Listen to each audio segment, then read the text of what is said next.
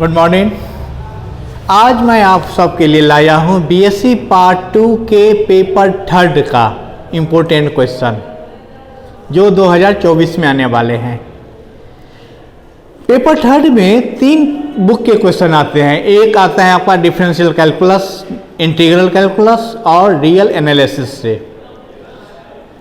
Differential calculus और integral calculus मिला के 9 क्वेश्चन रहता है, 9 क्वेश्चन, और रियल एनालिसिस से 3 क्वेश्चन रहता है। सेम जैसे पार्ट 1 में आप लोग पढ़े थे, इसमें भी पेपर थर्ड में 12 क्वेश्चन दिया रहेगा, जिसमें से 6 क्वेश्चन का जवाब हमको देना है। अब ये आज मैं लाया हूँ डिफरेंशियल कैलकुलस के इम्पोर्टेंट क्वेश्चन। डिफरेंशियल कैलकुलस को हम 5 पार्ट में बांटे हैं, 5 क्वेश्चन में बांटे हैं। पहला क्वेश्चन में 4 क्वेश्चन दिए हैं हम। पहला क्वेश्चन कर रहा है state and prove Leibniz theorem to find the nth derivative of the product of 2 functions. Leibniz theorem क्या है, इसका स्टेटमेंट और प्रूफ ये हम लिंक में दिए हुए हैं। आप देखना हमारे यूट्यूब चैनल पे इसको पूरी तरह के सॉल्व करके बताया गया है। आप लोग देखिएगा, बड़ा आसान है, कोई हार्ड नहीं है, आराम से बन जाएगा। फिर लेबनिज थ्योरम पे आधारित ये 3 क्वेश्चन हैं। ये तीनों क्वेश्चन भी इंपॉर्टेंट है। ये थ्योरम पक्का रहेगा 100% और इस 3 में से कोई एक रहेगा।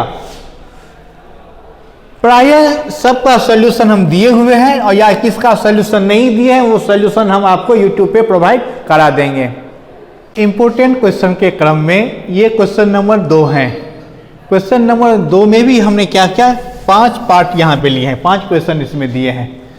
पहला आपका थ्योरम है, कह रहा है state and prove Euler's theorem on the homogeneous function of 2 independent variable. बड़ा ही इंपॉर्टेंट है ये।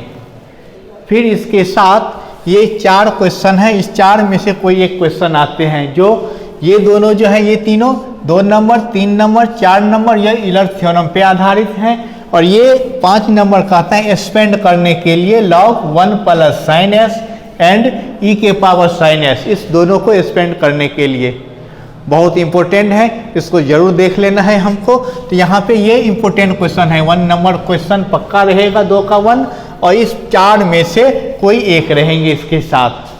क्वेश्चन नंबर 3 में हमने क्या क्या 4 क्वेश्चन लिए हैं।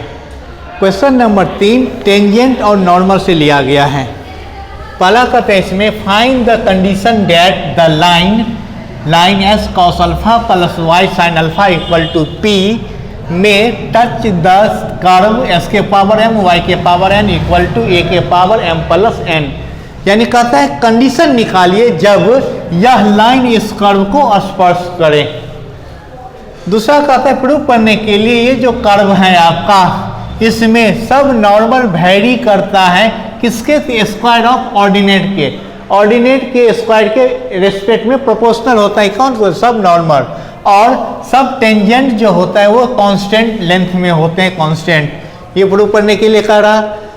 थर्ड में आपको प्रूव करने के लिए कह रहा है 1/p² बराबर 1/r² प्लस 1/r के पावर 4 dr/d थीटा का स्क्वायर, या इसी को कहता है 1/p² बराबर u² प्लस du/d थीटा का स्क्वायर। दोनों में से कोई दिया रहता है, दोनों एक ही हैं। और 4 नंबर कहता है पैरेलल इक्वेशन निकालिए इस कर्व का।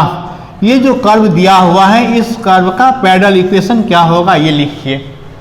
ये क्वेश्चन नंबर 3 में 4 क्वेश्चन है, जिसमें से पक्का एक क्वेश्चन रहता ही है, इसको जरूर हम बनाएंगे एग्जाम के पॉइंट ऑफ व्यू से।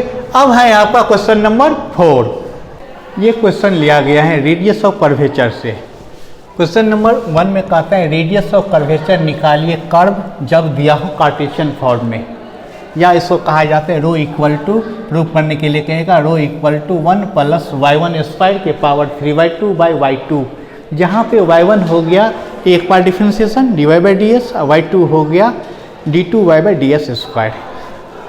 फिर इसी पे क्वेश्चन दिया है निकालने के लिए find the radius of curvature for the curve √s plus √y equal to √a। कहाँ पर निकालना है, एट द पॉइंट वेयर ये जो लाइन है y इक्वल टू s, इसको कट करे उस पॉइंट पे हमको रेडियस ऑफ कर्वेचर निकालना है। थर्ड में है find the radius of curvature for the polar curve. Polar curve में जब दिया रहे इक्वेशन आपका पोलर फॉर्म में हो उस समय उसका रेडियस ऑफ कर्वेचर कैसे निकालेंगे। या rho equal to R square plus R1 square के power 3/2 by R square plus 2R1 square minus R2। 4 में इसी पे आधारित पोलर फॉर्म में ये कर्व दिया हुआ है equation R equal to A into 1 plus cos theta. इसका कह रहा है आप इसका रेडियस ऑफ कर्वेचर निकालिए। अंत में ये क्वेश्चन नंबर 5 है।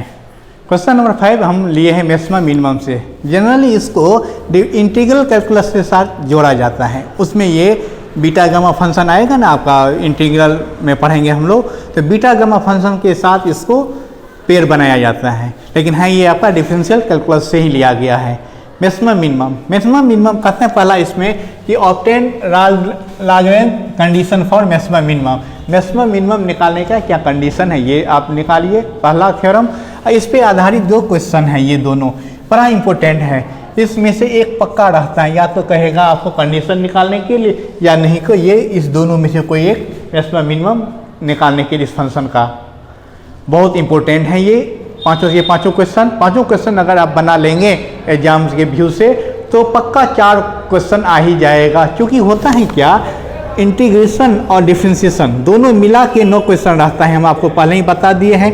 तो 9 क्वेश्चन में से कभी 5 क्वेश्चन आ जाते हैं डिफरेंशियल कैलकुलस से, तो 4 क्वेश्चन आएगा इंटीग्रेशन से, या कभी इंटीग्रल कैलकुलस से 4 क्वेश्चन, तो डिफरेंशियल कैलकुलस से 5 मैंने दोनों मिला के 9 क्वेश्चन रहता है।